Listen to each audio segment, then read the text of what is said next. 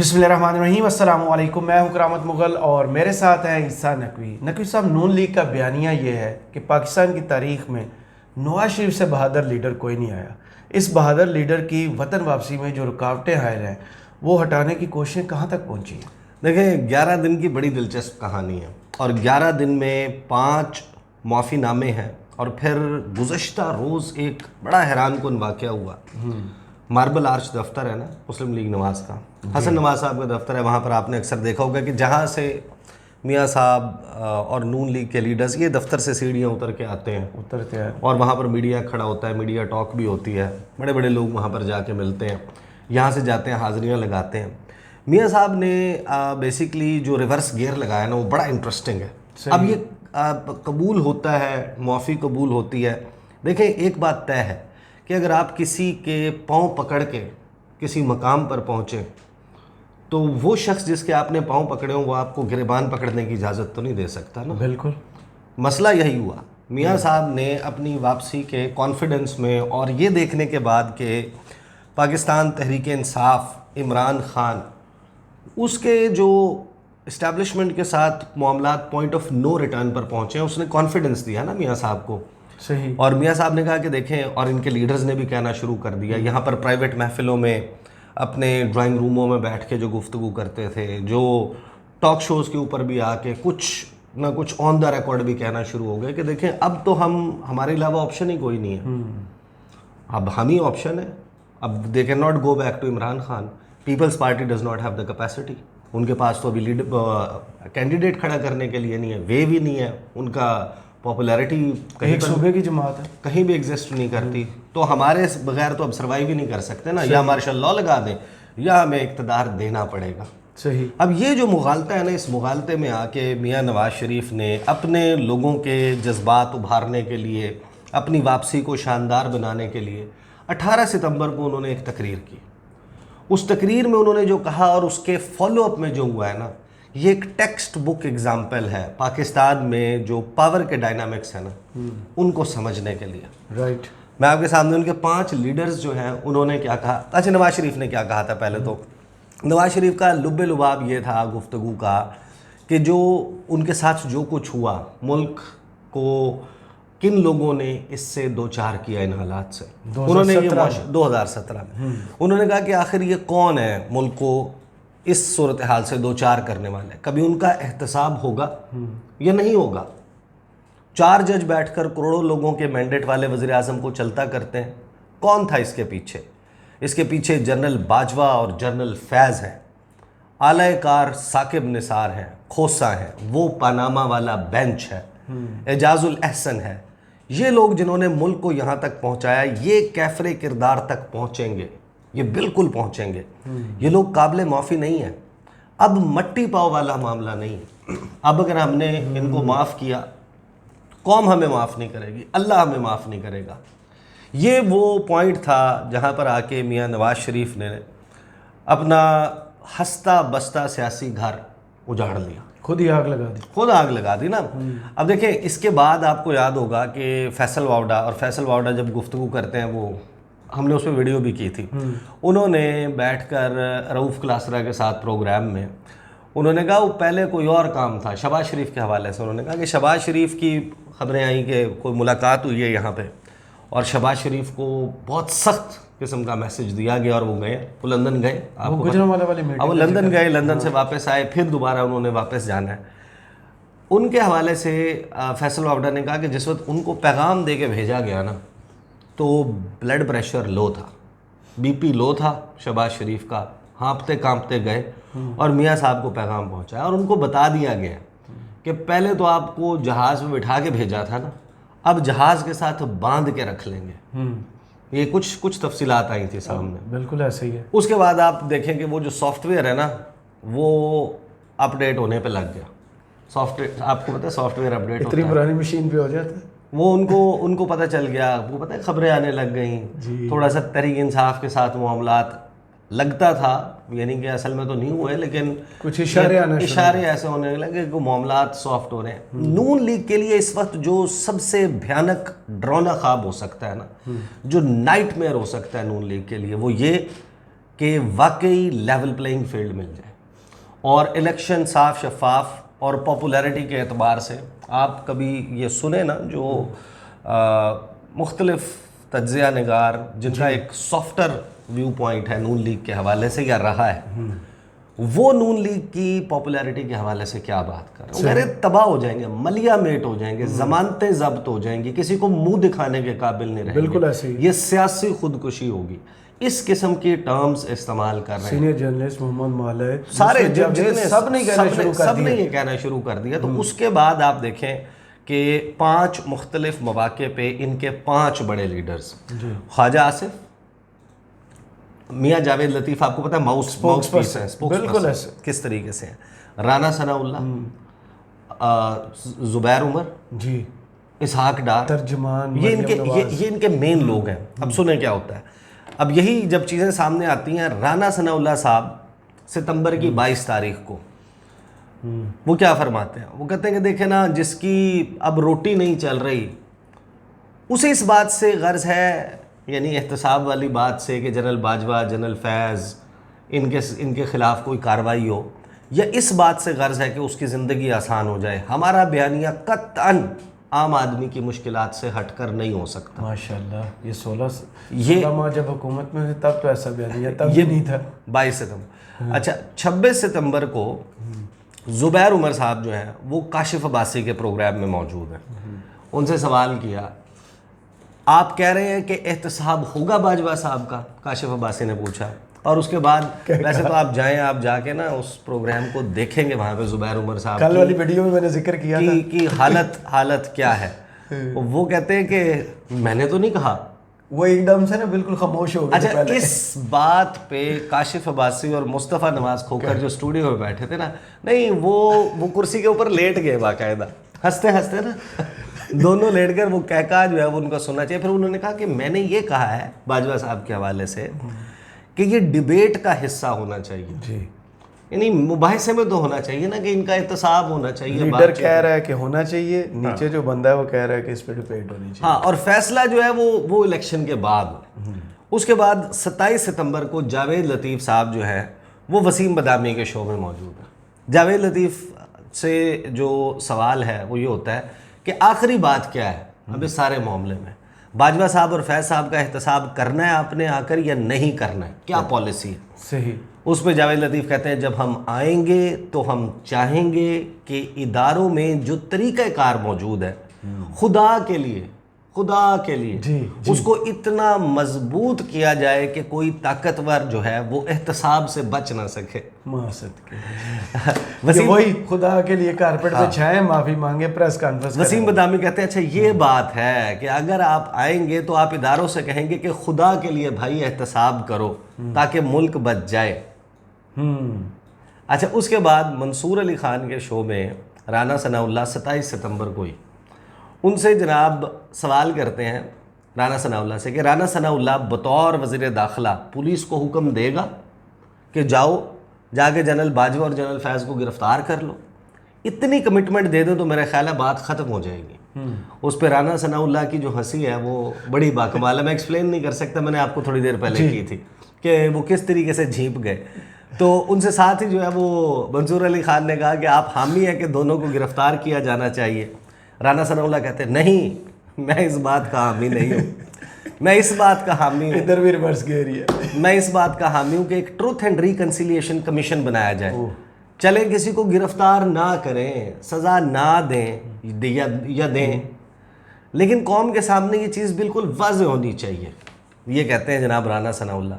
और 28 सितंबर को ख्वाजा आसिफ साहब हामिद मीर साहब के शो में आते हैं और वो वहाँ पे कहते हैं कि देखें कोशिश होगी आप वो कहते हैं कि ये है कि जिन वो जो है कि जिन सारे लोगों से गलतियाँ हुई हैं माजी में, जिनमें सियासतदान भी शामिल हैं, इनसे कम से कम एक मुआफ़ी ज़रूर ड्यू है।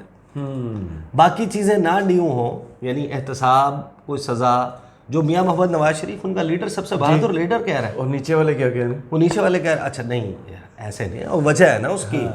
कहते हैं चीज़ें, बाकी चीज़ें ड्यू ना हो, अगर तो इत्तफाक़ राय पैदा करना है, कंसेंसस पैदा करना है, तो हमें कम अज़ कम माजी का एतराफ़ तो गलतियों का ज़रूर करना चाहिए, एतराफ़ कर लें। अच्छा, इस सारे से तशफ़ी आपको एक बात पता चल गई कि ये जो पै दर पै उनकी लीडरशिप की तरफ से जो मेन किचन कैबिनेट है, जो करीबी लोग हैं दोनों बरादरान के, शरीफ बरादरान के, वो जिस वक्त आकर ये बयान दे रहे हैं ना मुसलसल, तो इसका मतलब ये है कि आप से मुतालबा ज़ाहिर है कि हो रहा है कि ये जो आपने किया है ना, अब इसके ऊपर आए। जो IMF ने शहबाज शरीफ के मुताबिक उनकी हुकूमत के साथ किया ना, नाक से लकीरें निकलवाई जी, रात को सोने नहीं देते थे। अब इस वक्त नून लीग से नाक से लकीरें निकलवाई जा रही हैं, और वो फिर नाक से लकीरें निकालने के लिए जो अब मेरा ख्याल है कि 2 लोगों की तरफ, 3 लोगों की तरफ से माफ़ी रह गई है, क्योंकि अगली माफ़ी मैं आपको बता रहा हूँ जो इसहाक डार साहब की तरफ से आई है। बहुत इंटरेस्टिंग माफ़ी है, मार्बल आर्च दफ्तर के बाहर। कुछ तो हुआ होगा कि वो आके बाहर माफ़ी मांग रहे हैं। इसके बाद सिर्फ 3 लोग बच जाते हैं इनसे ऊपर, एक मरीम नवाज साहब, एक शहबाज शरीफ साहब और एक नवाज शरीफ खुद, कि ये 3 बाकी रह गए हैं। और इनमें से ये आगे जिन 5 लोगों के 6 माफ़ीनामे मैं आपको बता रहा हूँ, जिसमें राना सनाउल्लाह का 2 मरतबा है, वो इसहाक डार साहब का, ये अब इस पर तशफ़ी होगी या नहीं, तसल्ली होगी कि नहीं, वो जो रिस्क फ्री इन्वायरमेंट है वो क्रिएट होगा कि ये नहीं, इसके ऊपर मैं तबसरा नहीं कर सकता। लेकिन अब इसहाक डार साहब ने जो फरमाया है ना, वो सबसे दिलचस्प है, सही, और सबसे मज़े का खेज़ है। वो बिल्कुल इसी तरीके से जैसे वो कहानी मशहूर है ना, फ़लाँ के मतलब चलें किसी के ऊपर रख के सुना देते हैं ना, कि परवेज़ मुशर्रफ जो है वो बड़ा बहुत जिस वक्त बिला शिरकत गैर इस मुल्क का हुक्मरान था, तो किसी स्टेज से उसके ख़िलाफ़ नारे लग रहे थे और बड़े ज़ोर ज़ोर से उसके ख़िलाफ़ जनाब अपना नारेबाजी हो रही थी, मुखालफत में नारेबाजी हो रही थी। तो सामने से ना अचानक वो लॉ इन्फोर्समेंट एजेंसीज़ के लोग, उन्होंने आके जो है ना स्टेज को जब घेरना शुरू किया, नज़र पड़ी नारे लगाने वाले की, उसने ज़ोर से कहना शुरू कर दिया, हुणे खबर आई है मुशर्रफ साडा भाई है, हुणे खबर आई है मुशर्रफ साडा भाई है। तो अब हुणे खबर आई है कि बाजवा साडा भाई है, तो हुणे खबर आई है कि फैज़ साडा भाई है। सही, दी अदर वे अराउंड। उन्होंने किया क्या है, इसहाक डार साहब ने मार्बल आर्च के बाहर जो उन्होंने दफ्तर के बाहर गुफ्तगू किया, उन्होंने कहा देखें हमारी जब हम आएंगे ना, हमारी कोशिश होगी, आपको याद होगा हमने किस तरह मईशत बहाल की 2013 में, 2014 में दहशत गर्दी के ख़िलाफ़ जंग लड़ी अस्करी क़यादत के साथ मिलकर, अस्करी क़यादत ने भरपूर, अच्छा अब हर चीज़ का अस्करी क़यादत। इस पूरी गुफ्तगू में ना उन्होंने 2017 तक की वो जो अपनी कामयाबियाँ गिनवाई हैं ना, उसमें कहा कि जनाब जिसके बारे में ये कह रहे हैं कि हमें नहीं चलने दिया गया, निकाल दिया, फ़लाँ कर दिया, उसमें उन्होंने कहा जनाब माई बाप, ये अस्करी क़यादत थी जिसकी वजह से हमने ये सब कुछ किया है। जैसे 16 माह में शहबाज शरीफ हर प्रोजेक्ट का क्रेडिट देते। तो अब बेसिकली जो है वो शहबाज शरीफ का वो मॉडल, वो फैसल मॉडल कहते हैं ना कि पॉलिश, न्यूट्रल पॉलिश हर जूते पे लगने वाला। वही जो इन्होंने कहा था अंदरूनी कहानी में, भाई की बात नहीं उन्होंने मानी, बेटी की बात मान ली। हाँ, तो कहते हैं 2014 में दहशतगर्दी के खिलाफ जंग लड़ी अस्करी क़यादत के साथ मिलकर, अस्करी क़यादत ने भरपूर साथ दिया। आपको याद होगा क्या हालत थी, नवाज शरीफ ने लोड शेडिंग का खात्मा किया, एक साजिश के तहत नाअहली जो है तक मामला पहुंच गया, सी पैक लाया गया, $46 बिलियन का $26 बिलियन वो सरमायाकारी कर चुके। वो आपको याद होगा उन्होंने कहा था कि ये $46 बिलियन सी पैक नवाज शरीफ को तोहफा है, हाँ, मईशत को कहाँ से कहाँ पहुँचा दिया वगैरह वगैरह। अच्छा, ये जो सी पैक जो है वो नवाज शरीफ का तोहफा है। मैं आपको एक बात बताऊं कि इससे ज़्यादा बड़ा ना कोई झूठ बेचना हैरान कौन है। यानी $1 ट्रिलियन प्रोजेक्ट है, दुनिया के 65 मुल्कों को कनेक्ट करता है, 3 बरआज़मों को कनेक्ट करता है। वो चाइना ने सी पैक बनाया ताकि नवाज शरीफ खुश हो जाए, नवाज शरीफ के लिए बनाया। जैसे वो एटमी तंबाकू वाला भी कहते हैं $5 बिलियन इससे ऑफर किए थे पाकिस्तान को नहीं, नवाज शरीफ को। कहानी ऐसे सुना रहे हैं कि जैसे नवाज शरीफ को पॉकेट मनी दी थी कि $46 अरब आपको दे, उस वक्त शायद टखने जुड़ गए थे, तोहफा। अब आप अंदाज़ा लगाएं कि ये अब सिर्फ ये रह गया कि ये अगला क्लेम ये करें कि अंग्रेज़ों से मकबूजा हिंदुस्तान को आज़ादी मियाँ नवाज शरीफ ने दिलवाई। भाई ये रह गया ना, बाकी तो हर चीज़ का क्रेडिट दे ही दिया आपने मियाँ नवाज शरीफ को, उन्हें कोई शह रह गई। मतलब एटम बम से लेके वो नवाज शरीफ के जब फरिश्तों को नहीं पता था उस वक्त उसके ऊपर काम शुरू हुआ, तो वो हर चीज़ का क्रेडिट घूम फिर के जो वो तो नहीं कि माउंटबेटन वो लाइन खींच रहे थे, पीछे पीछे चूना फेंकते आ रहे थे, चूना लगाने का काम, बाउंड्री जो बन रही थी ना, वो चूना लगाने का काम, लेकिन वो चूना लगाने का काम, यार ये आप चूना लगाने वाली बातें करना शुरू हो गया। अच्छा बहरहाल आते ही इतने, अब क्या करे बंदा। तो आगे कहते हैं कि देखें, उनसे सवाल होता है कि सवाल का जवाब वो देते हैं, कहते हैं कि मैं कह रहा हूँ इन नट शेल कि वो जो आपका सवाल था ना कि मियाँ साहब का क्या एजेंडा होगा, वो क्या करेंगे, तो कहते हैं मैं नवाज शरीफ साहब पाकिस्तान की मईशत को अपनी रवायत के मुताबिक उसकी डगर पर लेकर जाएंगे। अगर मियाँ साहब ने फैसला किया तो शायद दूसरी पार्टियों को भी साथ लेकर चलें। तो उनसे सवाल होता है कि क्या जनरल बाजवा को लेकर पीटीआई भी जनरल बाजवा को ब्लेम करती है, आपकी जमात भी जनरल बाजवा और जनरल फैज़ को ब्लेम करती है, तो आपका इन दो किरदारों के एहतसाब के हवाले से क्या बयानिया होगा? क्या आप समझते हैं कि जनरल बाजवा, जनरल फैज़ और दीगर किरदार जो हैं उनकी अकाउंटेबिलिटी होनी चाहिए? उस पर इसहाक डार साहब कहते हैं देखें, मेरी गुजारिश है कि एक बहुत पॉपुलर ग्राफिक है, वो एक तस्वीर, एक फ्लायर कोई था जिसमें मियाँ साहब ऊपर देख रहे थे आसमान की तरफ ना जी। कहते हैं कि मियाँ नवाज शरीफ साहब जब उनको सज़ा हुई थी और वो आसमान की तरफ देख रहे थे और उन्होंने मीडिया के सामने कहा था, फड़िया गया नहीं, कि उन्होंने मीडिया के सामने कहा था कि मैं मामला अल्लाह के सपुर्द करता हूँ, मेरे नज़दीक वो है मियाँ नवाज शरीफ का दिल और वो है मियाँ नवाज शरीफ की सोच, और ये दो चॉइसेस हैं आपके पास कि आप मुल्क को ठीक करने में लग जाएं या मुल्क को इंतकाम की और इन चीज़ों की सेटलमेंट में लग जाएं कि इंतकाम की आग में धकेल दें। तो वो तो मट्टी नहीं पानी थी अब तो। प्रैक्टिकली उन्होंने ये कहा है कि मामला अल्लाह के सपुर्द है, एहतसाब से एहतसाब कोई नहीं, जनरल बाजवा उन्हें खबर आई है ये साढ़े भाई ने, अच्छा ये जो जस्टिस एजाजुल एहसन हैं, दीगर चीफ जस्टिस साहिबान हैं, जनरल फैज़ हैं, जनरल बाजवा, ये हमारे भाई हैं, कोई ऐसा मामला नहीं, भाइयों में थोड़ा बहुत फ़र्क ऊंच नीच होती रहती है। आगे कहते हैं कि जब मामला अल्लाह मियाँ साहब ने अल्लाह पर छोड़ा तो अल्लाह की ज़ात तो हर चीज़ पर कादिर है। तो मैं समझता हूँ कि मियाँ साहब की तमाम तवन्नाइयाँ माजी की तरह कौम की बेहतरी, मुल्क की तरक्की, कौम को अच्छी खुशहाल ज़िंदगी देने के लिए सर्फ होंगी, यही तरजीहात होंगी। लीडर बयानियाँ तय करता है, मेरी या लोगों की सोच हो सकती है, लेकिन अगर लीडर ने तो आज नहीं 2017 में कह दिया था कि मैं मामला अल्लाह पर छोड़ता हूँ, अल्लाह ने उन किरदारों को एक्सपोज़ किया है तो स्कोर भी सेटल करवाएंगे। कोई छुप रहा होता है इनमें से, कोई भाग रहा होता है सोशल गैदरिंग से। फिर उन्होंने SIFC जो स्पेशल इन्वेस्टमेंट फैसिलिटेशन काउंसिल है उसकी तारीफ़ों में वक्त गुजारा। इस तमाम वक्त के दौरान मिलिट्री इस्टेब्लिशमेंट का जो किरदार है उसके हवाले से तारीफ़ों के वो पुल बांधते रहे।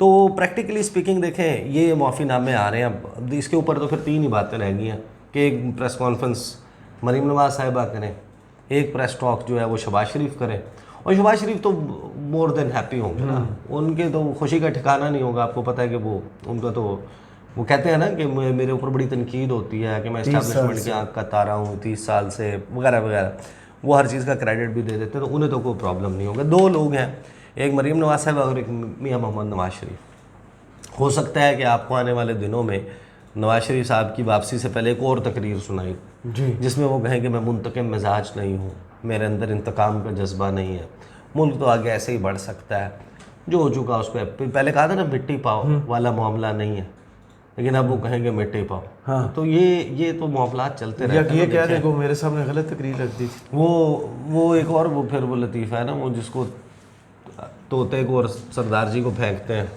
जहाज़ से, तो सरदार जी के करीब आता है तोता फिजा में और आके कहता है उड़ना नहीं आता था तो पंगा क्यों लिया था तो उड़ना नहीं आता तो पंगा क्यों लिया था। वो जो बहादुरी है, जाहिर है कि अच्छी बात है, आपने लोगों से कनेक्ट करना है, आपके पास और बेचने के लिए कुछ नहीं है, लेकिन आप जब उस लाइन के ऊपर जाते हैं ना तो मियाँ साहब को बड़ा ज़बरदस्त रियलिटी चेक मिला है। और ये इंटरेस्टिंग है कि जब आप खुद को इंडिस्पेंसिबल और प्रैक्टिकली स्पीकिंग जब आप उनके पाँव पकड़ के वोट को इज्जत दो का बयानिया बेच के लुटा के दी अदर वे अराउंड आपको इतना कुछ तश्तरी में रख के दिया गया है। मैंने तो उस दिन भी वीडियो में कहा था कि इनको बाजवा साहब के पाँव धो के पीने चाहिए। जो इनके ऊपर एहसान हुआ, देवर पॉलिटिकली फिनिश्ड, एब्सोल्युटली। उनको वो कहते हैं कि revived, resurrected from the Ashes, कि राख बन चुके थे और वहाँ से उनको रिजरेक्ट किया गया, दोबारा जनाब उनको बनाया गया। और आज फिर आप उन्हीं मेहमानों के हाथों को कलम नवाज शरीफ के साथ फिर वही हो रहा है जो जलसे के उनके क्लिप नहीं मशहूर, नवाज शरीफ कदम बढ़ाओ हम तुम्हारे साथ हैं। आप शाहजहां बनने की कोशिश कर रहे हैं। हाँ और नहीं, अभी उन्होंने पूरी कहा, पार्टी पीछे से बयान और दे रही है, नवाज शरीफ ने अभी कदम उठाया ही था बेचारे। आप कहते हैं मैंने पीछे मुड़ के देखा तो कोई नहीं था। नवाज शरीफ साहब जो है ना, उनको शाहजहां नहीं समझना चाहिए खुद को, कि ताजमहल बनवा के फिर आप मेमारों के हाथ कलम कर देंगे, आइंदा किसी कोई और ऐसा महल जो है वो बनाने की जरूरत ना कर सके। सही। तो वो जिन मेमारों ने नवाज शरीफ साहब की सियासी वेंटिलेटर में ऑक्सीजन डाली है, अब आप उन मेमारों के हाथ कलम करने की कोशिश करेंगे तो कुछ तो होगा ना, ये तो होगा। बिल्कुल। चलें, बहुत शुक्रिया ईसा नकवी, आपके तजिए का कमेंट्स बॉक्स में ज़रूर बताइएगा। ये वीडियो आपको कैसी लगी। इजाज़त दीजिए, अल्लाह हाफिज़।